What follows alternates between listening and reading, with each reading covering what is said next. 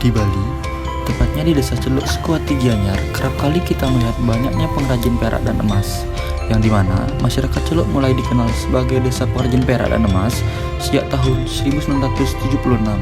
Hingga saat ini, hasil kerajinan emas dan perak yang dihasilkan memiliki kualitas yang tinggi dan dapat diproduksi dalam jumlah yang besar, sehingga profesi tukang perak di Desa Celuk semakin tumbuh dan berkembang semakin meluas.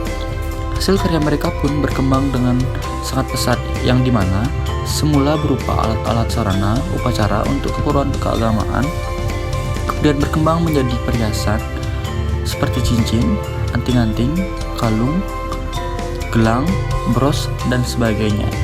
Seperti halnya tempat produksi perak yang berikut ini.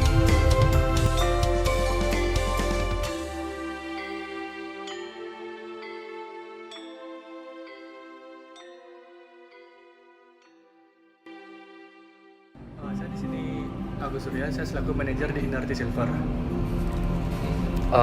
Sudah berapa lama Bapak bekerja di tempat ini?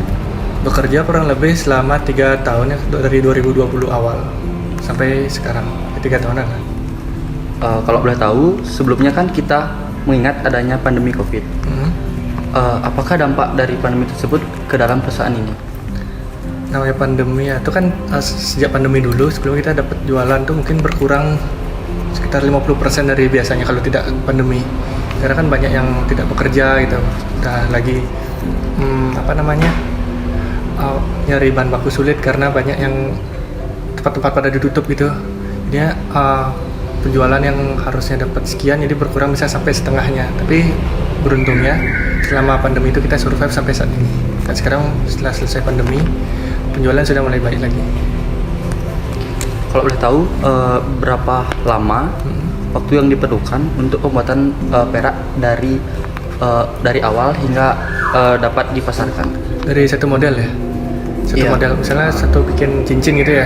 Cincin itu kurang lebih paling lama kalau untuk satu model tuh semingguan lah, 5 sampai 10 hari tergantung tingkat kerumitannya.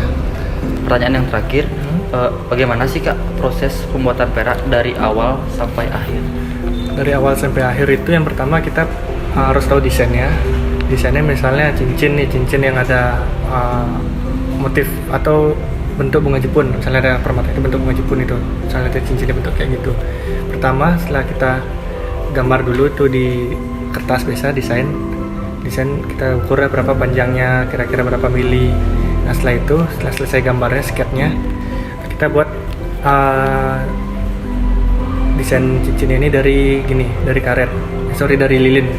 Di lilinnya ini nanti kita ukir, senimannya nanti bakal ngukir gimana sih bentuk cincinnya ini sampai nanti jadi bentuk cincin yang terbuat dari lilin, karena kan diukir bentuknya. Nah setelah itu nanti akan masuk ke proses injek. Ada proses injek tuh, lilin itu dibentuk dibentuk dari karet. Ketika lilin itu bakal bentuk karet, bentuk kayak duplikatnya. Setelah duplikatnya selesai, nanti proses casting. Jadi karetnya itu bakal, misalnya buatnya berapa nih, 10. Kita buat 10 cincin itu di satu pohon karetnya kita buat dari karet, dari wax kita bilangnya. Jadi buatnya 10, 1, 2, 3, 4, 5, 6, 7, 8, 9, 10. Setelah selesai, nanti pohon karet ini akan masuk ke proses castingnya itu nanti kita masukkan ke sebuah tabung, ke dalam tabung, lalu dicor pakai gips sejenis semen gitu. Setelah selesai semennya itu atau gipsnya itu mengeras, semennya itu gipsnya ini udah ada cetakan dalamnya, kita panaskan di oven, jadi lilin di dalamnya kan cair, otomatis dalam gips ini bakal ada cetakan dari pohon lilin yang kita buat tadi. Nah setelah itu terjadi selesai cetakannya itu,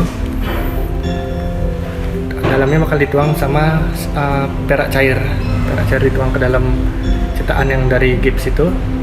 Setelah kering juga, nanti gipsnya itu bakal dilebur, jadi terbentuklah satu pohon silver cincin yang sebelumnya itu dari karet, sekarang sudah dicor jadi silver.